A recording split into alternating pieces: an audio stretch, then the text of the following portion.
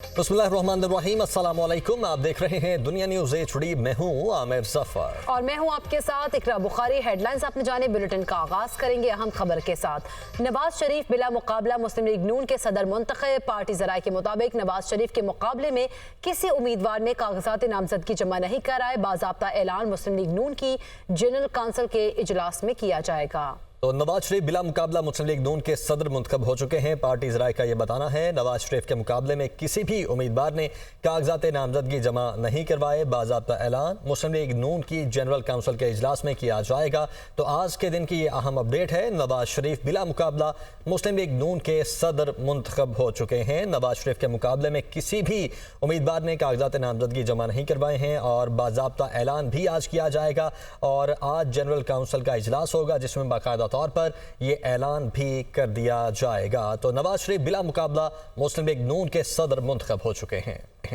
जी हाँ नाज़रीन, आपको अहम खबर दे रहे हैं। नवाज शरीफ बिला मुकाबला मुस्लिम लीग नून के सदर मुंतखब, पार्टी ज़राए का ऐसा कहना है। इसी पर बात करेंगे। जाहिद आबिद हमारे साथ मौजूद हैं। जाहिद, और उनसे भी हम तफसीलात लेंगे। सबसे पहले आपको बताएं कि नवाज शरीफ के मुकाबले में किसी उम्मीदवार ने कागजात नामजदगी जमा नहीं कराए हैं और बाज़ाब्ता ऐलान जो है इस चीज़ का मुस्लिम लीग नून की जनरल काउंसिल के इजलास में किया जाएगा और इजलास की तैयारियां भी मुकम्मल कर ली गई हैं। हमारे नुमाइंदगान से जब हमारी बातचीत हुई, सिक्योरिटी की सूरत हाल के हवाले से भी उन्होंने बताया कि हाथर खा इंतजाम किए गए हैं और इसके साथ साथ एक निजी मकामी होटल है जिसमें इस तकरीब का इनेकाद किया जा रहा है। बिल्कुल, ये मनाजिर आप देख सकते हैं। आज मुस्लिम लीग नून की जनरल काउंसिल का इजलास होगा कुछ ही देर में और फिर बाज़ाब्ता तौर पर ऐलान कर दिया जाएगा नवाज शरीफ के सदर मुंतखब होने के। हमारे रिपोर्टर्स इस वक्त हमारे साथ मौजूद हैं। सबसे पहले जाहिद आबिद का रुख कर लेते हैं।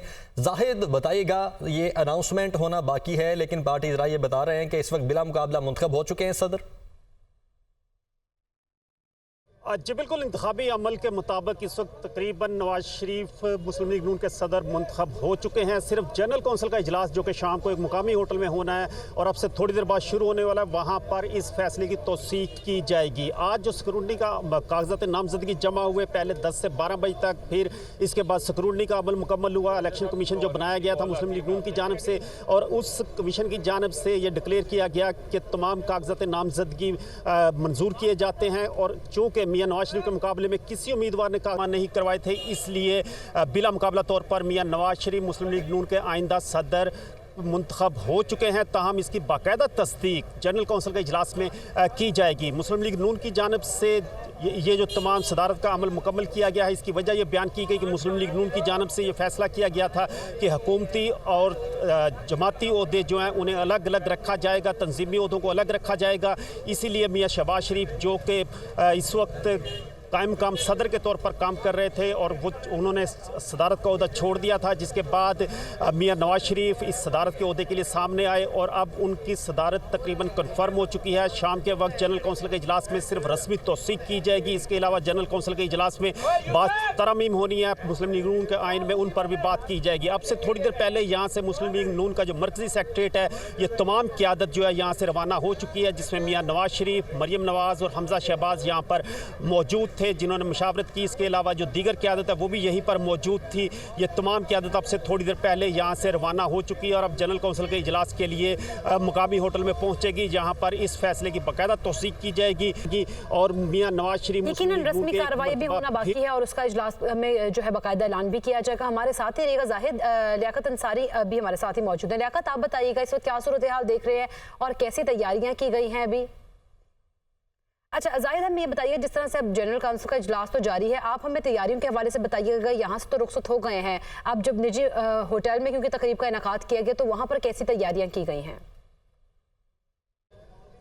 जी बिल्कुल, ये निजी होटल का तयन किया गया था। यहाँ पर जनरल काउंसिल का इजलास होना है जिसके लिए पार्टी ज़राए के मुताबिक 3000 लोगों के बैठने की गुंजाइश रखी गई है और इसमें पाकिस्तान भर से जो मेंबरान है वो वहाँ पर पहुँचेंगे मुस्लिम लीग नून के और इस फैसले की तौसीक करेंगे या अपनी राय देंगे, जिसके बाद इस फैसले को हतमी शक्ल दे दी जाएगी। ये आज सुबह दोपहर से वहाँ पर तैयारियाँ मुकामी होटल में जारी हैं और अब चूँकि थोड़ी देर में ये इजलास बाकायदा शुरू होने वाला है और इस वक्त हाल में तमाम मेंबरान जो कि बुलाए गए थे और यहाँ यहाँ पर पहुँचे थे वो यहाँ पर पहुँच चुके हैं, जिसके बाद कौंसिल का बाकायदा इजलास होगा और यहाँ पर बाकायदा तौसीक की जाएगी, जिसमें वज़ीर आज़म शहबाज शरीफ खिताब करेंगे। ठीक है, खिताब भी करेंगे। ठीक है, आप साथ रहिए जाहिद। लियाकत अंसारी से हमारा रब्ता बहाल हो चुका है।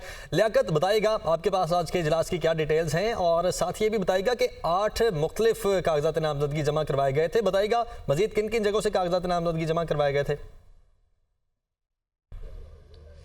आज बिल्कुल पाकिस्तान मुस्लिम लीग की जनरल कौंसिल का इजलास कुछ ही देर में लाहौर के मुकामी होटल में शुरू होने जा रहा है और इस वक्त तकरीबन 2,500 के करीब जो जनरल कौंसिल के अरकान चारों सूबों से जिनका ताल्लुक है, इवन आज़ाद कश्मीर गिलगित बल्तिस्तान से भी जो मेंबर हैं वो जनरल कौंसिल के इजलास के लिए जो है इस मुकामी होटल में पहुँच चुके हैं। यहाँ पर सिक्योरिटी के मुकम्मल तौर पर फुल प्रूफ इंतजाम किए गए हैं। चारों अतराफ में होटल के जो है वो सिक्योरिटी तैनात की गई है। इंटरनल और एक्सटर्नल सिक्योरिटी पर तवज्जो दी गई है। अगर जनरल कौंसिल के इजलास की बात की जाए तो थोड़ी देर में, चूंकि इलेक्शन कमीशन जो है पाकिस्तान मुस्लिम लीग उसके मुताबिक जो है नवाज शरीफ के मुकाबले में किसी ने नामजदगी जमा नहीं करवाए तो वो बिला मुकाबला मुंतखब हो चुके हैं। लेकिन इसके बावजूद जनरल कौंसिल के इजलास में इस फैसले की तौसीक की जाएगी और उसके बाद जो है यहाँ पर जो आप पूछ रहे थे कि किन किन जगह से कागजात जमा हुए हैं, तो तकरीबन तमाम जो सूबाई दारुल हुकूमत है, लाहौर से, कराची से, कोयटा से, पेशावर से, गिलगित बल्तिस्तान और इस्लामाबाद से भी जो है मुख्तलिफ पार्टी कायदीन ने कागजात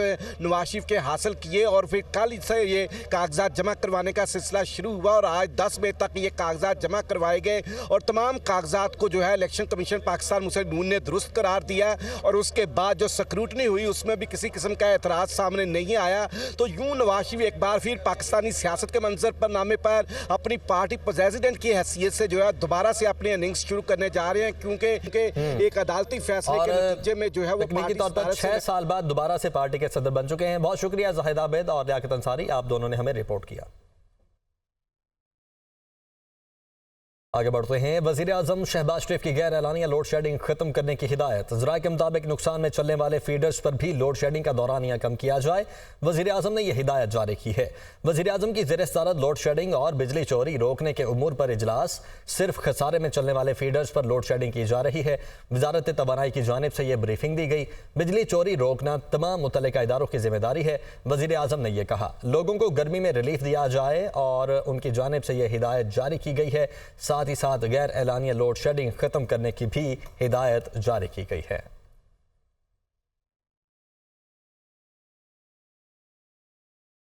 और नाज़रीन, पेशावर और गिरदरवाह में बिजली की लोड शेडिंग के खिलाफ शहरियों का पारा चढ़ गया है। मुख्तलिफ इलाकों के मकीनों ने एहतजाज के दौरान पेशावर मोटरवे को ब्लॉक कर दिया।